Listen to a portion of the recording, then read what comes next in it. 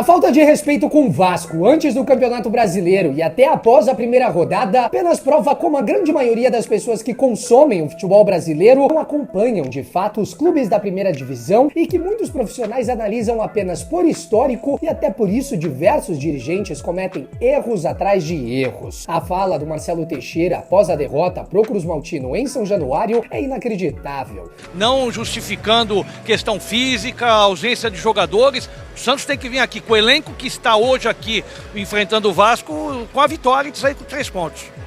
O Santos tem que vir aqui com o elenco que está hoje aqui enfrentando o Vasco com a vitória e sair com 3 pontos. E apenas reforça essa teoria. Antes de a competição iniciar, todos colocavam o Vasco como um dos principais candidatos ao rebaixamento no Brasileirão. Importantes veículos de comunicação corroboraram com essa teoria. Não sei se para agradar a audiência ou se realmente pensam dessa forma. Mas a pergunta que eu me faço é: será que eles realmente assistem o futebol brasileiro? Como vascaíno e amante do nosso futebol, antes de qualquer coisa, eu não sou negacionista da bola. Quando o meu clube tá ruim, eu nunca tive problema nenhum de vir até aqui e dizer que o time estava péssimo. E inclusive eu sinto que foi dessa forma que me distanciei de gestões que tiveram à frente do clube. Mas isso não vem ao caso também. Mas é que dessa vez é diferente. Eu não acho que o Vasco esteja entre os 8 melhores times do campeonato, como o Pedrinho afirmou em entrevista recente, e com Carille no comando, eu realmente estava preocupado de como seria o andar da carruagem, porque eu não fui a favor da contratação e sou um crítico do início do trabalho do treinador. Porém, quem afirma que mais uma vez o clube é candidatíssimo a uma das últimas vagas é oportunista por conta do histórico desse século e simplesmente se nega a consumir a realidade do futebol brasileiro atual. Pode ser que a temporada se desenrole e essa se torne a realidade do Vasco. Não sabemos, é futebol. Ninguém imaginava que o Atlético seria rebaixado no último ano. Mas o presidente do Santos vir me dizer que o jogo contra o Vasco em São Januário, abarrotado na estreia do campeonato, sem Neymar e com os times que entraram em campo era jogo para 3 pontos, é uma insanidade e até um desrespeito não só com o Vasco, mas com o torcedor do Santos também, porque vende uma falsa ilusão de uma realidade de um time que entra no campeonato com uma linha defensiva tendo Zé Ivaldo, Gil